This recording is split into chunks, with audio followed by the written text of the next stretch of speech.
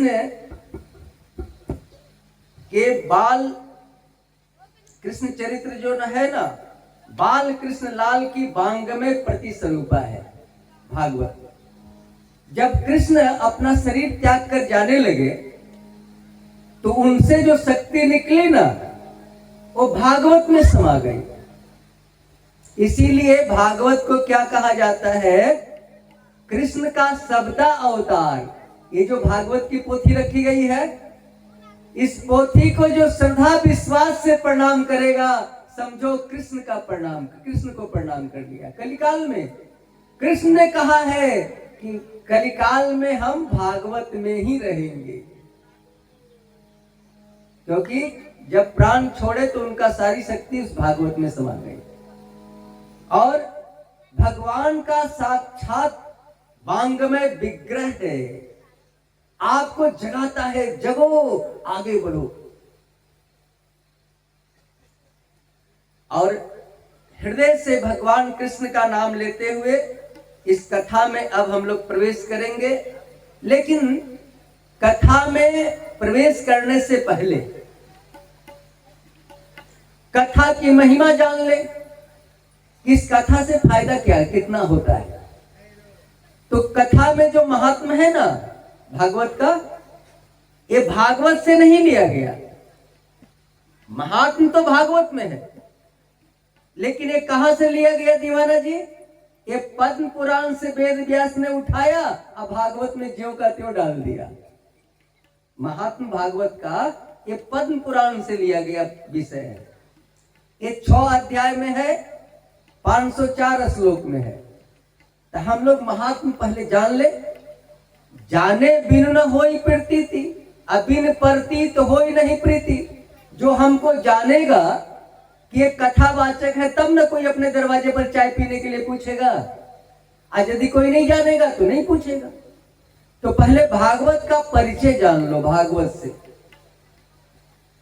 कृष्णं नारायणं वंदे, कृष्णं वंदे ब्रज प्रियतम, कृष्णं द्वैपायनं वंदे, कृष्णं वंदे पृथासुतम, सच्चिदानंद रूपाय विश्वोत्पत्त्यादि हेतवे, तापत्रय विनाशाय श्री कृष्णाय वयं नमः, श्री कृष्णाय वयं नमः।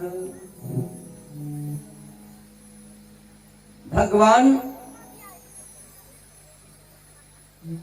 का नाम क्या है? सतघन चितघन आनंद घन, सच्चिदानंद। भगवान सत्य स्वरूप हैं। वो कभी मरते नहीं है, ना उनका जन्म हुआ ना मरण होगा। जिसका जन्म होता है उसी का ना मरण होता है। तो भगवान का तो जन्म हुआ ही नहीं, तो मरण कहां से होगा? वो तो सनातन शाश्वत है। हमारे सनातन धर्म का जन्म नहीं हुआ है, इसीलिए इसका मरण भी नहीं होगा। आज जो जिस धर्म को कोई बनाया है एक दिन तो एक दिन मिट भी जाएगा ना। लेकिन सनातन को बनाने वाले कोई नहीं है, सनातन शाश्वत है। तो जो शाश्वत है वो कभी नहीं मिटेगा। हमारे सनातन धर्म पर अनेकों बार वार हुआ, अनेकों बार, फिर उठ के खड़ा हो गया। ये इसका जन्म ही नहीं है तो मरेगा कैसे भैया? तुम क्यों मारने का प्रयास कर रहे हो?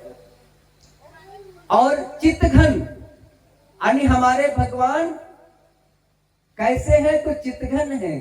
चित्तघन का मतलब ज्ञान घन, आनंद घन।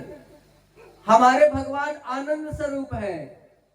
तो देखो, यदि हम मरना नहीं चाहते तो सतघन हुए कि नहीं? हम कोई चाहता है कि हम मर जाए? यहां जितने लोग हैं कोई चाहता है मर जाए?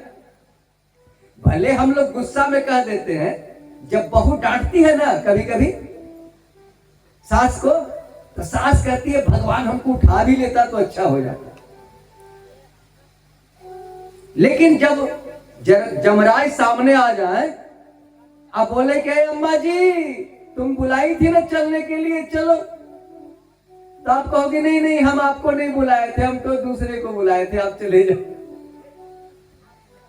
गुस्सा में हम कह देते हैं कि भगवान, इसलिए कि हम सतघन हैं, हम मरना नहीं चाहते, हम चितघन हैं, इसलिए कि हर आदमी कुछ न कुछ ज्ञान अर्जित करता है, इसलिए हम चितघन हैं, आनंद घन।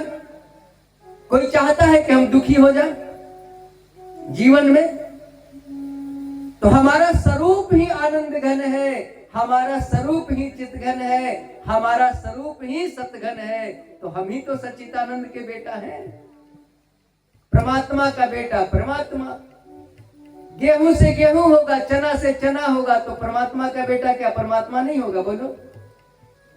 तो सतघन चितघन आनंद घन भगवान के शरण चरण का ग्रहण करते ही मनुष्य के तीनों ताप मिट जाते हैं। तीन ताप कौन कौन है? दैहिक, दैविक, भौतिक ताप। दैहिक ताप, दैहिक ताप किसको कहेंगे?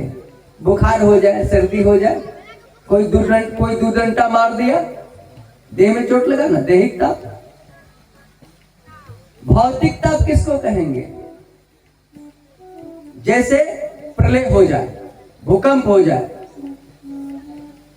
पदार्थों के द्वारा जो ताप मिले, भौतिक ताप। दैविक ताप, दैविक ताप ऐसा है अंदर का रोग जो बाहर से भी नहीं दिखाई पड़ता, उसको दैविक ताप कहते हैं। अंदर में कोई बड़ी बीमारी हो गई, बड़ा चिंता हो गया, किसी को दिखाई भी तो नहीं पड़ रहा है। तो तीनों ताप से भगवान की कथा आपको मुक्ति दिला देती है। ऐसे कथा के शरण में हम आए हैं और भगवान को प्रणाम करते हैं, हे भगवान हमारा कल्याण करना। एक कथा कहां हो रही है? नैमिषारण्य क्षेत्र में, भागवत की कथा। अभी तो कथा आपकी मोहानी में हो रही है, लेकिन ये कथा नैमिषारण्य क्षेत्र में हो रही है, वहीं से उठ के कथा यहां पहुंची। आप कहोगे कि नैमिषारण्य क्षेत्र में कितने दिन का सत्संग चल रहा था?